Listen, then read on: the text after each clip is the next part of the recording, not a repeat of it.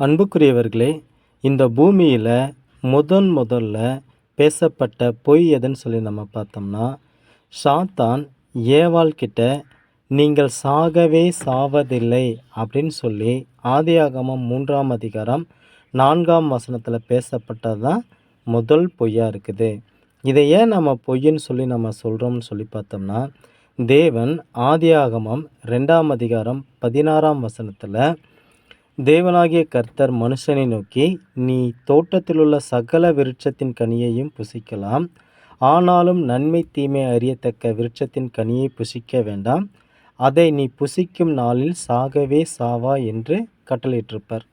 ஆனால் சாத்தான் இதுக்கு ஆப்போசிட்டாக, நீங்கள் புசிச்சிங்கன்னா அந்த கனியை சாகவே மாட்டீங்க, நீங்கள் தேவ தூதர்கள் மாதிரி ஆகிடுவீங்க அப்படின்னு சொல்லி முதல்ல ஒரு பொய்யை ஏவாள் கிட்ட சொல்கிறாங்க. இதனால தான் நம்மளுடைய கர்த்தராகிய இயேசு கிறிஸ்து சாத்தானை பற்றி சொல்கிறப்ப யோவான் 8ஆம் அதிகாரம் 44ஆம் வசனத்தில், அவன் பொய்யனும் பொய்க்கு பிதாவுமாய் இருக்கிறான் அப்படின்னு சொல்லி சாத்தானை பற்றி சொல்கிறார். அன்புக்குரியவர்களே,